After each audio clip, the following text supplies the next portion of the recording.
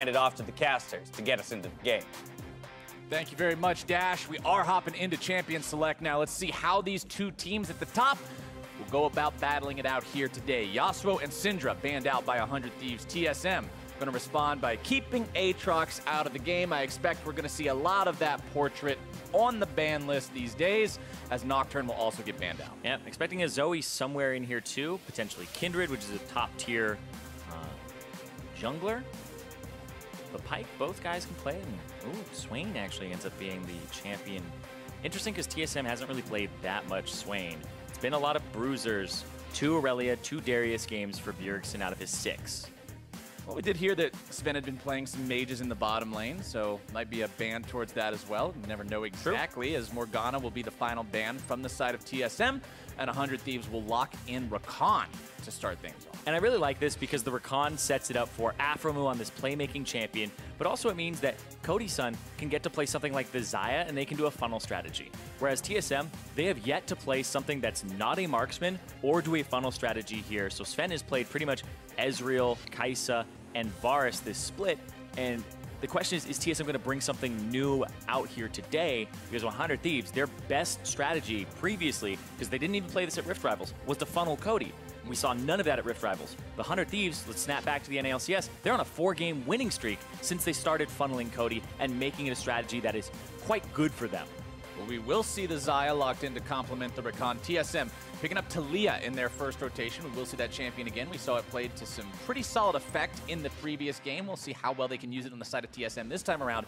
Alistar also locked in over there, as Dr. Mundo will go where he pleases on the side of 100 Thieves. The question is, are they just going to lock in another thing like the Darius here for TSM? Because right now, Hansar has not shown pretty much anything this split. 4 Aatrox games before the changes and 2 Dr. Mundo games. So Darius, the counter pick that you would assume would come through in that top lane, because Dr. Mundo, it was pretty much before in the last 2 weeks, Dr. Mundo was just like, oh, you blind pick him, he's fine. The matchups he loses, he doesn't lose them that hard. He cleaver farms under turret, he gets extra AD for last hitting with his E, so he should be able to just kind of sacrifice the lane. And the Darius will zone you, sometimes force you to fight if he freezes, and so it's a really good champion in terms of counter pick to the Mundo. And you can see, generally when I see a champion with a stat like that, a win rate as high as 80%, that generally indicates to me it's not a general pick, and it is something you specifically use to counter another strategy. Exactly, and that means that they had this kind of in mind. We just saw this matchup in the Echo Fox Counterlogic Gaming game, and it did kind of decide the game from the top lane and trickle into other lanes. And they had the Taliyah in the mid lane, not the jungle, which we had seen it before for CLG. And this is looking very similar so far on TSM side to what CLG was playing, except you would sub out the Alistar for the Rakan. Second part of the ban starting up as Galio is banned away by TSM. Varus banned out by 100 Thieves, targeting the 80 carry pool a little bit there, expecting Sven to stick true to his roots, not play any of those mages, instead going for the marksman type champions. Kai'Sa's actually been pretty absent. Rageblade nerfs happened, but she's still a fantastic champion, even to funnel, but it looks like so far in our first 2 games, we've not seen her banned or picked. But we will see the Zoe ban that you were potentially expecting during the first ban phase. Did make it all the way through the first half of the picks, but will be taken off the table now as the final ban of the game for TSM. 100 Thieves with 5 seconds to respond with their last ban before TSM gets that next pick, and it's Shen that they're going to keep away from TSM support. And this is an interesting position for TSM to be in, because 100 Thieves, they may have either their bottom lane or their funnel jungler plus mid lane locked in here. But the top lane is pretty ambiguous. I mean, I'm pretty locked in, sorry. The rest of it's ambiguous. So they could actually, 100 Thieves could lock in something that is a bottom lane combo here, and like a mage plus, I was gonna say Fiddlesticks, but like a bottom lane that has mage in it and a support, and try to just change things up and go back to the strategy that they had previously before Onda was on the roster. See how they decide to play against this now, especially that they know their opponents have a Fiddlesticks, they have an Alistar. Which means something different's gonna happen here for TSM. You have 2 quote-unquote supportive champions. So you might have a Taliyah plus Fiddlesticks bottom lane, and they're waiting for that mid lane pick to come through. And right here, 100 Thieves, this might just be funnel. I have seen some people play Assassin mid Pyke. Don't think it's amazing, Yeah, but I don't think you're gonna see that either. Not Not in professional play. But it's Afromoo's Pike. He's somebody who Yeah. was playing it before anybody else was really and just jumped on that champion set. I really like it. Vladimir Pike bottom lane is what it's going to look like here with a funnel once again potentially for Cody-Sun in that mid lane. And I like this from 100 Thieves because they're funneling their marksman player, putting him in the mid lane, and they're taking their mid laner who plays mages normally and putting him in the bot lane. So it's not this marksman player that has to learn how to play Vladimir or Swain or anything like that. It's the mid laner who already played those champions who just has to learn how to shift it to the bottom lane. You said, Zyrene, when we were talking about Rift Rivals, when we were talking about TSM, you said, I'm sure they were scrimming the EU teams. They weren't just sitting around. Well, TSM seems to have learned something here. They've learned about Heimerdinger Fiddlesticks. It didn't work so well for Echo Fox. We'll see if maybe TSM has cracked the code and learned something that the others did not, as they will be going up against the first Pike pick in NA LCS Summer. Afromoo is charged with making an impression on this champion, and honestly, if I had to pick a player to do it, it would probably be Afromoo. Yeah, and Afromoo loves the playmaking, loves this champion, and it's a very slippery champion. The E is very good at making sure you can get away or get in, because the stun following, it means somebody's right behind you and you're trying to get away, them flashing after you does nothing. Like, they have to dodge it. He's so hard to catch. He's such a little weasel sometimes. It's the perfect way to put it. Yeah, he's just really darn hard to get a hold of, but we'll see how Afromoo can try to outmaneuver, outplay his opponents. Jat did showcase some of the Heimer mechanics for us at the end of the last game, so we'll see how well executed those will be in the hands of Sven. And I want to see what this looks like in the hands of Sven, like you said, because he was somebody who's only played marksman, somebody that it didn't look like there was adaptations going on, and TSM was a team that hadn't done a funnel yet. They were one of the only teams in the NALCS to not even attempt it on stage. Right now, though, Bjergsen has Smite.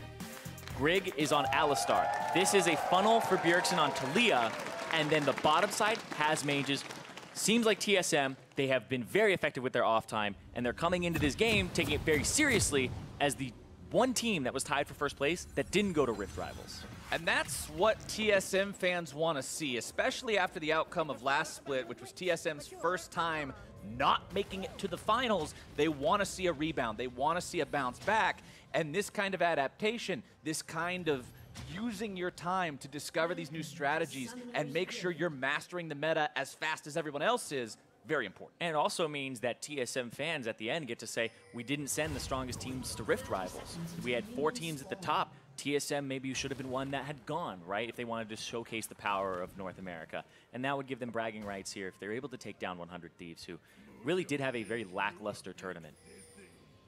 And this is also 100 Thieves' chance to show that all those roster swaps that were so controversial and so talked about were for the best. If they can come out and make an incredible showing here in their first game with the new roster, going up against one of the other teams that is tied for first, that's one way to inspire confidence in your fans, to say, stick with us on this, trust these decisions, this is going to work. Exactly. It's kind of like, it's a process that eventually is going to work itself out here.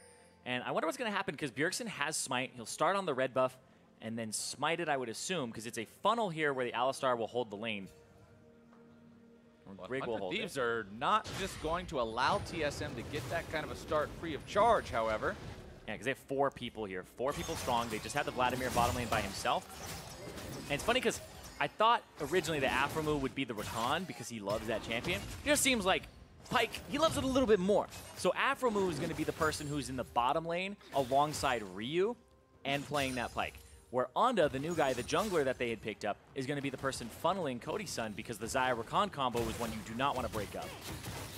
And I honestly understand that just from a which player should do this perspective, because Afromoo and Ryu have been playing together longer now, right? Onda's the new guy added to the roster, so if you want to have the most synergy possible, especially during laning phase in the bottom side, have the guys that have been playing together longer, have the guys that are more familiar with one another's tendencies and styles be next to each other for that first and critical part of the game. Yeah, but another thing is, it means that later in the game, Onda's going to be in charge of the engage, and as the new person on the roster, he may not have that veteran voice, the shot-calling voice that's saying, let's go right now. And that's something that people think of when they think of Afromove, that leader who's not afraid to take the risk and make the engage happen. So he's going to look for some picks, but it's not going to be the same type of engage as you would have from somebody like the Rakan, the snap engage, we are fighting now type champion. There's pluses and minuses to putting each player in either position. And obviously, this is the one that 100 Thieves have opted for. This is what they think will be the recipe for success. They'll send their funnel towards that top scuttle crab as bottom side is Afromove, making the pull onto Mythy, bringing him underneath the turret. Makes him take a turret shot there as well to try to keep this lane in a decent state. But Sven and Mythy will just keep this pushed up. It's one thing that we've seen before when we've talked about funnels and how to counter them and the strategy teams have found. One of the strategies that's worked is, hey, just pressure the side lane. But if Heimerdinger and Fiddlesticks are making it so their opponents are just stuck under the turret, constantly getting harassed, it's hard to do anything. Yeah, it's very hard. And the silence is bouncing between the two of them. It's hard to last hit when that's going on. And it's interesting that I was just watching how Afromove was using the Bone Skewer before he used it on Mythy. But right there, he like threw it out, pulled a turret towards him. I believe he's trying to get the turrets off from pushing, or he's going to make it so that they're so far up that they are pushing automatically. And it's kind of interesting as well, because later in the game, if he goes for a Bone Skewer, if you're Heimerdinger, you can place down a turret to block it. Yeah, and then it just pulls the turret towards Afro, and you're like, okay, sure, you got a turret, it's 5 gold. Exactly. And you can store charges of that, so as long as you have one charge available to yourself when you store up to, I believe, 3, or have 3 out at a time, you can end up having a pretty easy time, or easier time, dealing with the Pyke than most champions if you can just block it. The farm is staying pretty close between these two squads down here, 23 to 28. We'll get a little bit closer as long as Ryu's able to farm those up underneath the turret, but Grig wants to potentially make something happen here in the top side. I like it. It's the support jungler gank. Mundo. Nope, not gonna happen. As soon as the trophy connects, Grig's like, nah, I don't want anything to do with this. Yeah, but that means that Someday actually has a wave pushing towards Haunter, so Haunter can freeze this and just start getting more CS than Someday here. But Someday, I mean, we saw him. He was a beast right before Rift Rivals, where he had to kind of sit on the bench. And there was a lot of kind of criticism of 100 Thieves, like, hey, why isn't Someday? And this guy was wrecking it. It's the reason they're on a 4-game winning streak. Is sure they did funnel, but Someday was looking like, in terms of score lines, he was getting funneled. He was the guy, yeah, he was the guy who made the massive Jack save at the Nexus, the guy who found the 4-man stun when it looked like all hope was lost. Playing out of his mind up until Rift Rivals, where, like you said, he wasn't fielded as part of the roster, surprised a lot of fans. People were wondering where he was. Now that he's back, can he keep up that performance? Is the tempo, is all that momentum from before that little bit of a break week for him still here? We'll find out this game. He does have 38 compared to his opponent's 43 CS, so like you said, because that wave was pushing up, he does fall a little bit behind in terms of the farm, but nothing that's too big of a deal just yet. Sven wants to get himself back here in this bottom lane. Both Sven and Mythy do have those Inspiration Tree free stopwatches charging up. Those will be ready rather soon. And honestly, everybody on TSM except for Haunter has one of those. So TSM will have plenty of outplay potential through the stopwatches once we roll around to the 10-minute mark. And 100 Thieves has 3 of their own. So just the sheer amount of those we will see this game will result in some interesting fights once these two teams get into it. But right now, Zyrene, everybody's pretty content farming up. Yeah, that's kind of how funnels work, is at the start of the game, everybody just kind of has a gentleman's agreement to farm up, get to 2 items, make sure you have your power spike on your funneler, and you're good to go. Some people break that rule, though, and I think that'll happen here for TSM, because funneling a Taliyah, her ultimate doesn't really matter in terms of damage or level. You kind of just use it to roam. And I assume that the Alistar Taliyah funnel is because Taliyah's already a good jungler and she's pretty self-sufficient in the jungle. Just get her more levels and experience, and then you can roam to side lanes, because Alistar doesn't do really much for the Taliyah except set up her knockback, which can be really, really powerful. But I'm just seeing this as a roaming squad. I'm expecting Grig and Bjergsen to start going to side lanes and like 3- or 4-man gank. I'm starting to get Season 1 flashbacks for anybody watching that played that long ago, when support was, okay, Alistar, hit level 2, and now just walk around the map forever. River Shen. Trying to get, yeah, River Shen, except it was Alistar, and his only item the entire game was a Philosopher's Stone and a Heart of Gold. Ah. Old school. Sometimes Cage is picked, too. Oh, yeah, you get Cage. If you were really far ahead, if all the ganks were working out, then you could get Cage's pick. Old school items. Sven and Mythy will continue putting damage into this bottom lane tier 1 turret. Now, they've already got it down to 1/3 HP, 7.5 minutes in. They haven't got any help from their jungler, from their mid laner. No rotations so far. This is just the pressure of Heimerdinger and Fiddlesticks. Yeah, the pressure, the fact that they both shove the wave, they poke very, very heavily. And honestly, the mana costs on those abilities are not that overwhelming either, where the Fiddlesticks E isn't really going to run you out of mana too quickly, whereas when you're playing Brand, the W does actually cost a decent amount, and you can run yourself out of mana pretty easily, especially for like the damage return, because if you miss it versus a point and click that's guaranteed with Fiddlesticks. Onda still level 5, Grig the same, so neither one of these two supports having that big ulti power just yet. Cody and Bjergsen both level 8 on these funneling champions. Onda wants to move down towards this bottom side. Remember, it is Infernal Drake first. We might see some fighting for that once either of these teams gets confident enough to make some sort of a play for it. I would expect that to be TSM before 100 Thieves with the amount of control they have over the bottom lane. Yeah, and something that I'm noticing as well is mobility boots for Grig, first item. This is for him to run around, escort Bjergsen, go for plays, and right here, they have the mid lane shove. Are they going to go for the bottom lane, like you said? Because you said Infernal's up. Seems like a perfect time to actually go for that Drake. Like you mentioned, Talia's a champion that's very capable of jungling. Does a lot of damage, just shredding through the Infernal Drake's health bar. As long as she's got enough room to create more worked ground, she can get the objective very quickly, have Grig tank for it. Meanwhile, bottom side, I heard you like objectives. I got some objectives for your objectives. The tier 1 turret goes down in the favor of TSM. The Infernal Drake will join it shortly thereafter, just 9 minutes into the game. Things are going according to plan for them. And that was really good from TSM, because what they did is they used the map to their advantage. Blue buff was coming up for 100 Thieves on the opposite side, and it's all about efficiency when you're funneling. So Bjergsen and Grig knew that when they pushed up that mid wave, the next thing that Cody-san and Onda had to do was answer the wave and then go to their blue buff if they wanted to keep that timer cycling.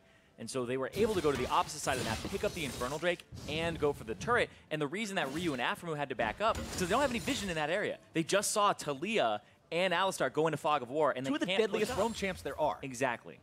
So it was really well played from a macro sense, because it was basically they were putting 100 Thieves in check, and 100 Thieves couldn't be aggressive. They had to move their king away. TSM feeling good about these plays so far, up 1,500 gold with the bonus stats from the Infernal as well.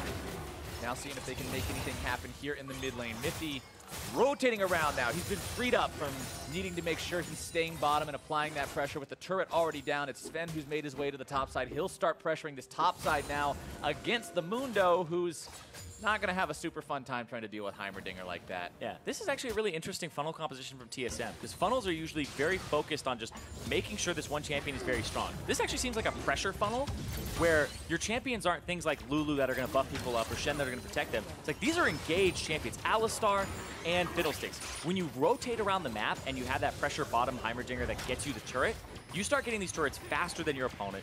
You start threatening engages from Fog of War, and you control vision harder. This is a very pressuring funnel composition that if you don't play against it correctly, you're probably going to have a lot of early deaths against it.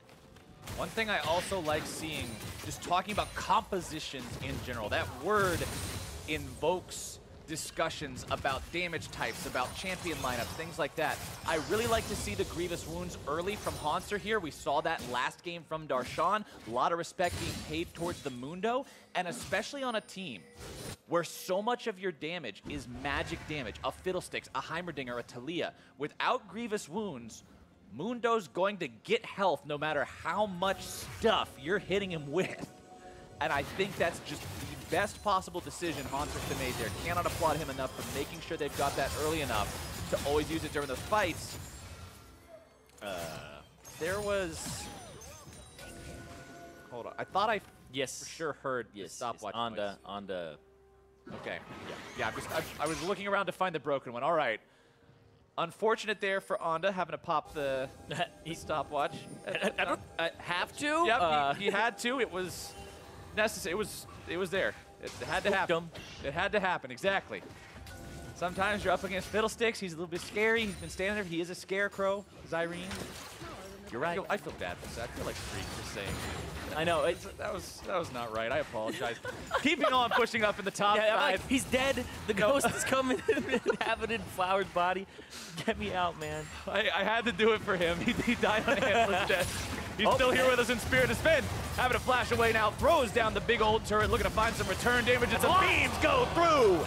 And first blood goes over to TSM as the Ignite keeps on ticking, but Ryu's still kicking. Walks himself away, but TSM still go 1-0. They engage on this Ven. He throws down the ultimate turret. The ultimate turret doesn't do too much for him. It was mostly the follow-up. It was the skill shot coming through, plus the full W into them. It wasn't even the person that got feared that ended up dropping there.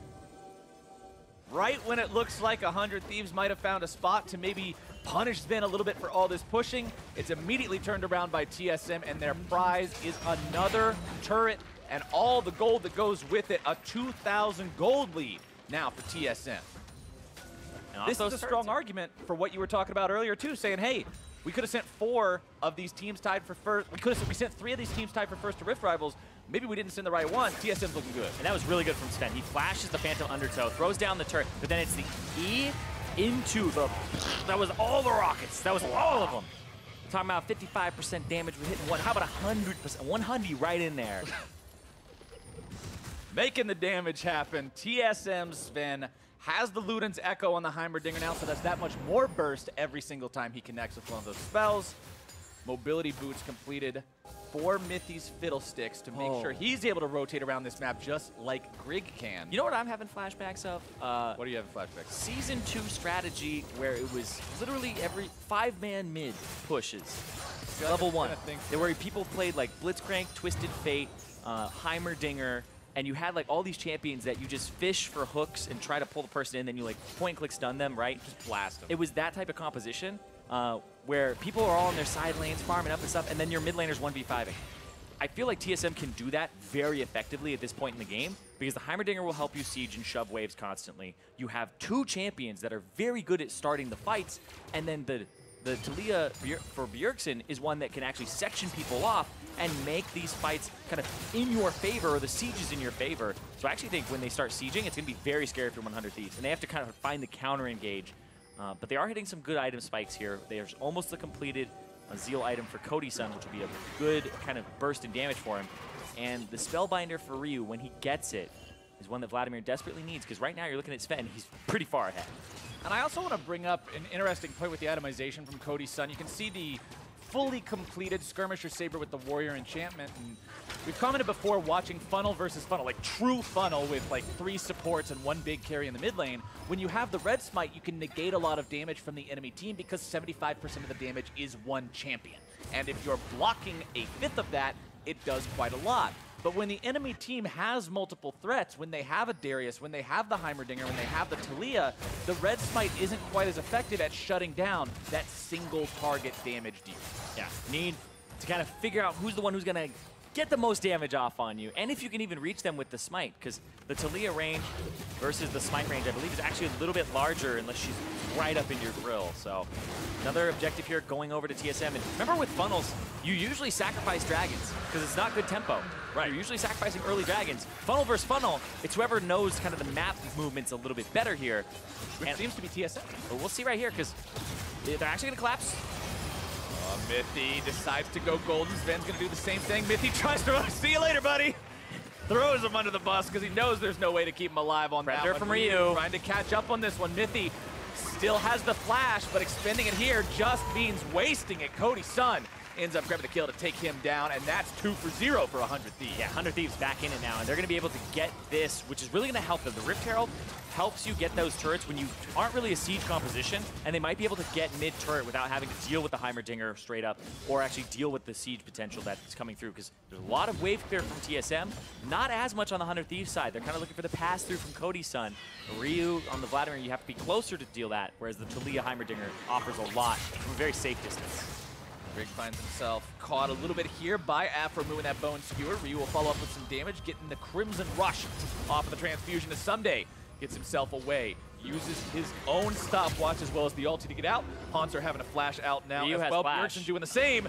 Ryu wants to go in on these guys, does find the flash into the damage from the Tides of Blood. Bjergsen caught out next. Afromu going to be taken low, goes into the stopwatch. It's another one from TSM. Grig now critically low as well as Ryu does get taken down. Haunter grabbing the damage. Oh, now we're now looking to find even more. Cody Sun swoops in with the damage, but Mythy makes his way behind enemy lines. Cody Stun still hanging on for now as Mythy needs a little bit more to find the kill. On the auto dashes away just in time. Sunday's got no ulti, but he's still looking to run around and give him the trophy they don't want to take. There you go, not quite yet. Greg does get taken down. Someday finds the kill on that one as Mythy's running away now too. He's got Sven pushing in the top side. He's just buying time now, hobbling away with that goofy walking animation. Oh my God. What a bloodbath. The game went from 0 to 100 real fast. Right, what is going on? They siege the bottom lane. Someday almost dies, stopwatches, and then it just looks like there's 5 versus 4 that goes on. And there's shove from Sven in the top lane, who's not in attendance, and they still look for this fight. It just gets a little bit all over the place. That was one of the crazier ones. Let's take a look at the Acer Predator replay here, see exactly how it all went down again with this flash from Ryu. Yeah, Ryu went in with the flash, goes for Bjergsen. There's the stopwatch from Aphromoo. Gets a little bit away, comes back in, and then Ryu gets ignited. Didn't have the E going through. Cody Sun finally shows up, tries to get the pass through. Great stopwatches. Boom, everybody's golden. It's a Midas touch fight right here. Mythy comes in, gets the fear, pushes that towards Bjergsen, but he actually doesn't get pushed completely in because I think Bjergsen dies right before, and so it stopped him from being shoved all the way in. And it's just this gigantic fiasco in the bottom side. Meanwhile, Sven's in the top, just chilling, doing Heimer stuff. and then Mythy gets away. It's like, don't hurry, it's my birthday. I love that Fiddlestick skin, by the way. That's a favorite skin. The silly noises it makes are pretty fantastic, I'm not gonna lie. It's also got that extra, like, makes my eye twitch when I get feared by a Fiddlesticks, and it's like, and I'm like, okay, come on, man, just let me reach you. Honk, come on. For like the 30th time in the game. They're not going to have a fun time trying to reach him as the game continues. Level 9 on Mythy's Fiddlesticks does mean a maxed out Terrify, so max duration on that one, which I believe is, 2.25 seconds. On a targeted ability is incredibly effective CC for anybody who oversteps their bounds in these team fights. Yeah, and no 3 cleanses this game. No. Like CLG had versus the Fiddlesticks. Even though Fiddlesticks was kind of like the only CC, it was Fiddlesticks Heimer, and they brought triple cleanse to make sure that they would never die in that bottom lane. And right here for 100 Thieves, they might have to buy some QSSs later. There's one already on Cody Sun to make sure that doesn't happen again. Ryu looking to flank this fight, though. Here comes your channel. Tides of Blood goes down, able to drop the Chemo Plague onto Fuse. Then being one of them, Bjergsen going to be caught out here. A lot of damage onto him. Cody Sun blowing him up immediately. And 100 Thieves seem to have found their stride here in the mid-game. And that's interesting because Bjergsen's a lot of the damage. Now Sven, Hans are kind of the ones that have to take up the reins. And 100 Thieves, the Baron just spawned. The smite is down. I think they're just going to go for push here. Try to go for 2 charges off of Shelly. Shelly rearing to go for another one. There we go. Kapow! Takes down 60% of the turret's health just like that. Oh, they got Greg. Finish off the rest. Greg using the ultimate to keep himself alive. Not too worried about going down there, but forcing out that ulti severely restricts his playmaking potential until it's back up.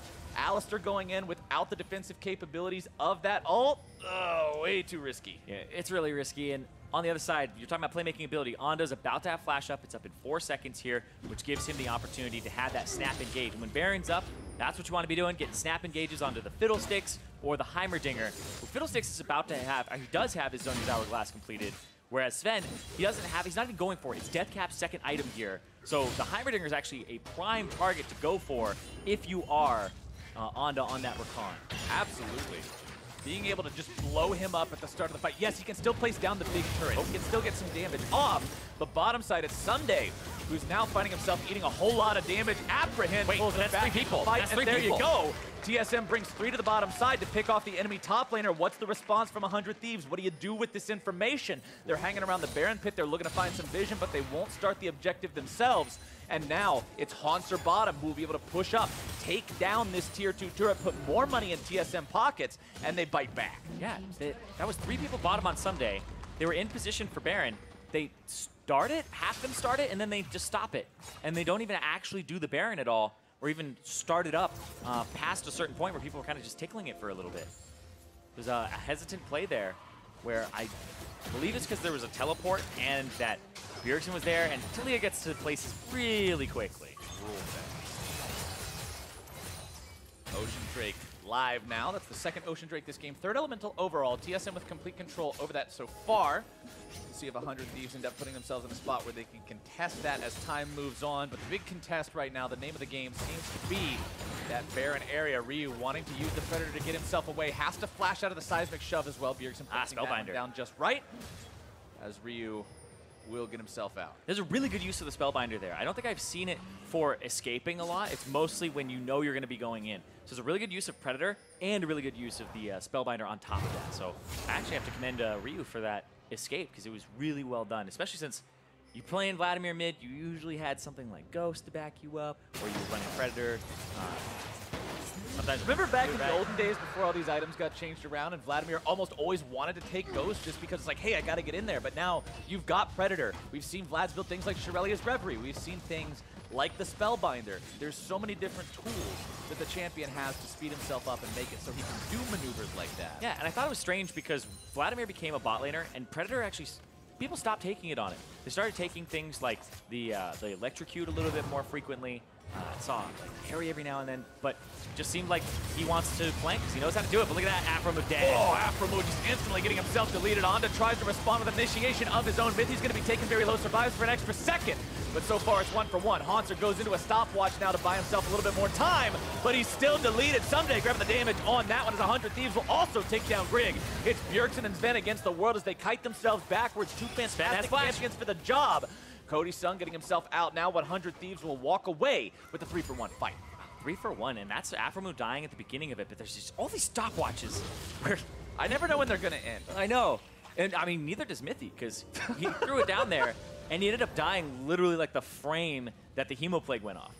And so he just dies to just coming out of the stopwatch. I don't mean the duration of the stopwatch. I mean, when are we finally going to run out of stopwatches and inventories? Because I thought we ran out of them 5 minutes ago, and I'm still seeing top laners go golden. Yeah, that's the one where Darius went golden. I was like, oh, okay, we're still playing that game. All right.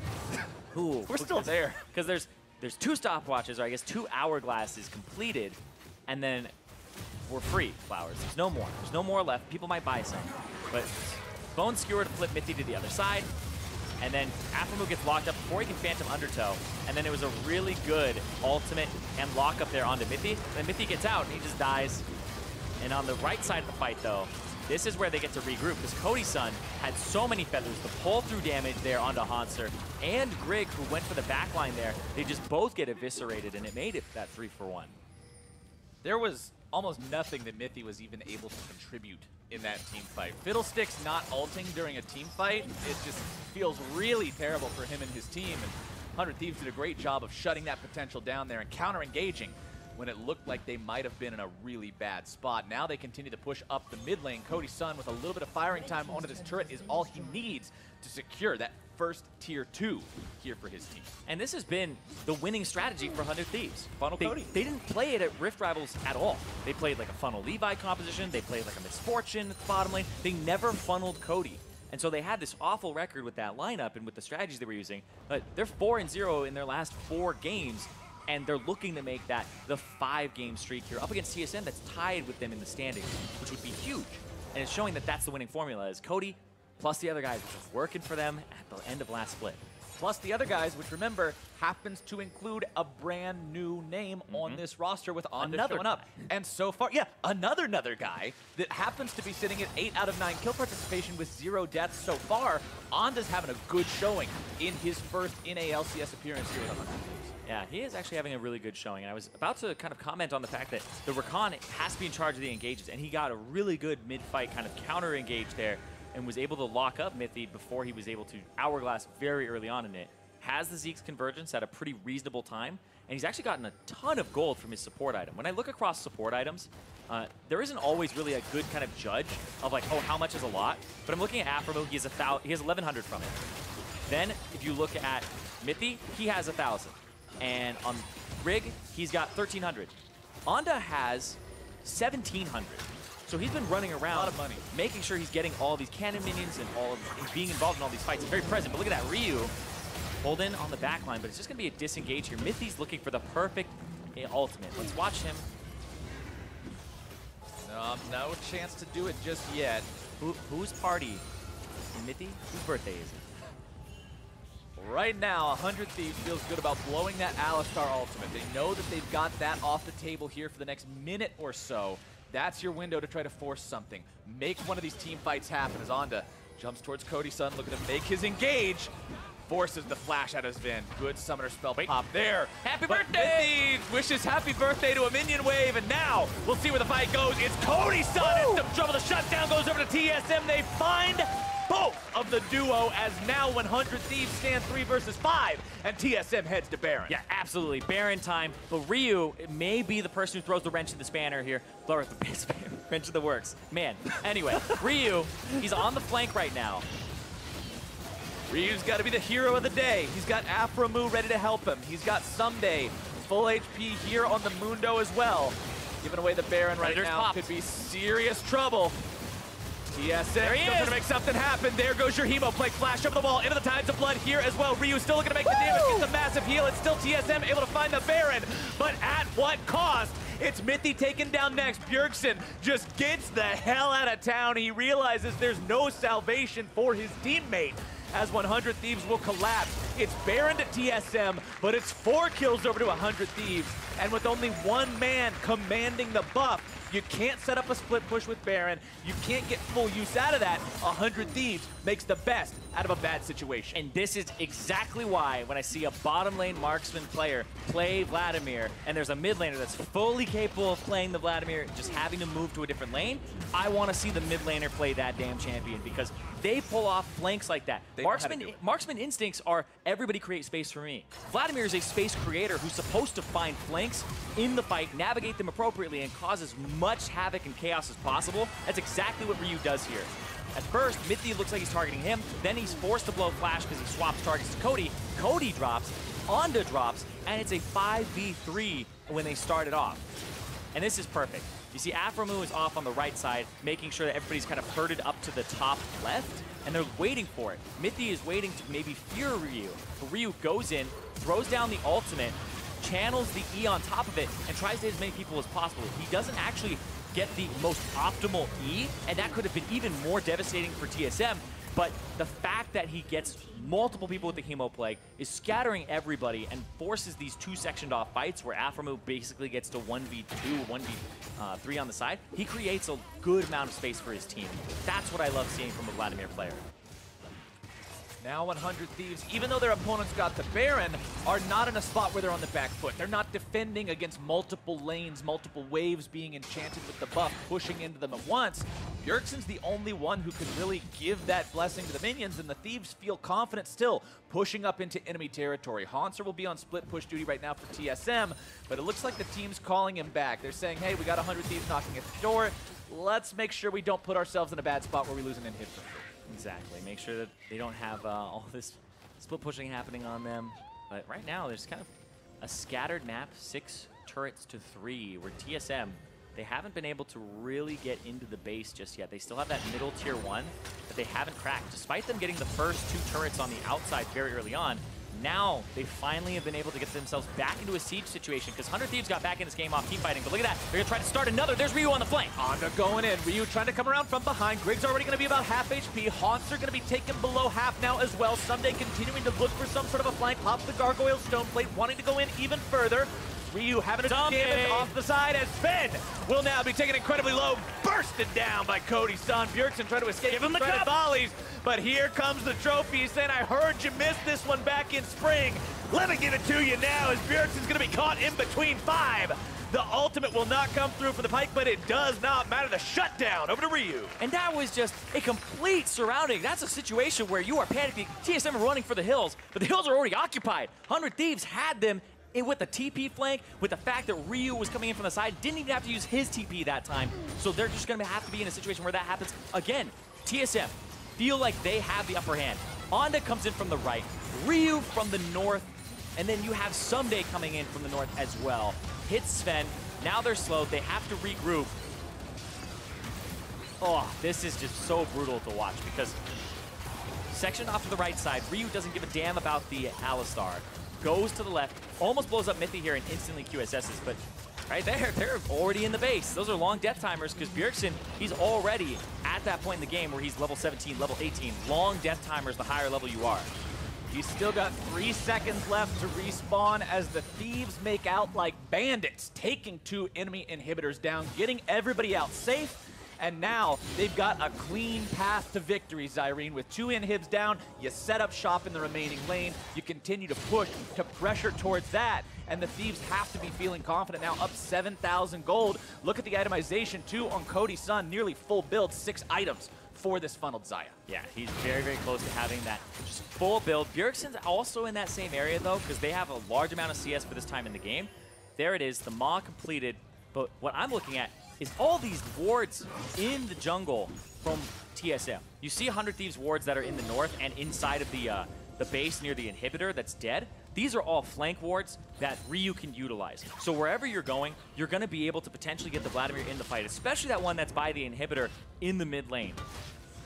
You've got those, you've got so many ways to just keep track of where these guys are. And not only is it providing opportunity for your guys to make the flank, these are go-away Mithy wards. These are don't you jump over the wall and give us that surprise party that we don't want anything to do with, which is so important when you're playing up against Fiddlesticks. This is one of those lessons you learn after a couple solo queue losses to Fiddlesticks. You've got to watch the flanks. You've got to watch over those walls. And now 100 Thieves will push up in that last remaining inhibitor turret lane. Someday on the side, just ready to continue to throw those cleavers in, provide what harass he can, as the rest of the team will shove those minions up. But there's a lot of clear on the side of TSM. Yeah, and we talked about how for TSM, they could say, hey, no, we didn't send the best team to Rift Rivals or one of our best teams to Rift Rivals. 100 Thieves could say, neither did we. Yeah. We had a roster situation we were that was experimenting with some things. Resolved, and that they can just go, yeah, this was the roster that was ideal for them, or that they wanted to be able to send out there with the strategy of funneling Cody that has worked for them time and time again in the NALCS.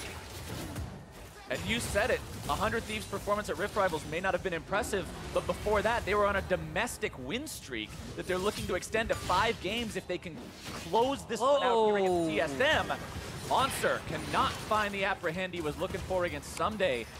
That's one of those ones where you go like, doesn't even use the ult. Felt like his apprehend was a little bit smaller than Darshan's. I feel like Darshan had like extendo range on that. Bonus apprehend range, but Someday not even having to pop the ult. He's got the Warmogs on Mundo, so he'll regenerate fully anyway. 100 Thieves is still full strength, pushing up here. Baron spawning in 20 seconds. Elder Drake spawning in 30. Both teams with 2 Elemental Drakes mean it's going to be a sufficient buff for either side to get a massive damage bonus. TSM just stuck in their own base right now. There's no way out. This is full out defense mode. They know that one more big lost fight is going to be game. Yeah, and Ryu, he pushed the bottom wave, the last wave that really would be pushed into the turrets that they have for the last inhibitor, and that's the Baron being swept out here. TP from Ryu to reach the Baron as they're starting it up already. I like this from Ryu. Wants to make sure he's there right at the start of the fight. Mithy channels the ultimate over the wall, but it's going to be secured by Cody. No miss smite here today. Mithy already having used the Zonias now has to find himself some way at the pit as Ryu's into the background, also finding the damage down onto Zen. Grig drop to Cody Sun as Afromu brings down the dunk onto Mithy. Support kills support. As 100 Thieves have managed to find kills onto 3. It's Haunter and Bjergsen versus the world. Ooh. But that world is crashing down around him as Haunter goes down. He takes Afro with him. Bjergsen's the last to fall. It's a double kill for Cody Sun. And 100 Thieves will find the win. It was close. It wasn't clean. But at the end, 100 Thieves are able to take down TSM. 100 Thieves will extend that win streak to 5 games. They will take down one of the other teams tied for first place, and they will show that the roster might be new, but the Thieves are up to their same old tricks. A solid 36-minute win. And that puts 100 Thieves that much further ahead in the standings, having the head-to-head over TSM with that 1-0 and going up above them. But that's what you want to see. The 5-0 win streak has started for them. They said week 1 is a fluke, write that off. We didn't completely understand all the strategies. Now we come in, we've got a strategy that people have shown they don't know how to deal with it just yet. That's funneling Cody. And this was, remember, the roster shakeup that had fans scratching their heads saying, wait, you guys are at the top of the standings now. You're making a roster switch up when you're in a 4-way tie for first. I'm not sure how this is going to work out. That's the kind of game where you say, it's okay. you can trust us on this, because that looked damn good. Onda looked damn good on those recon engages and counter engages. Worked well with the entirety of the team, and they just made it happen as a unit.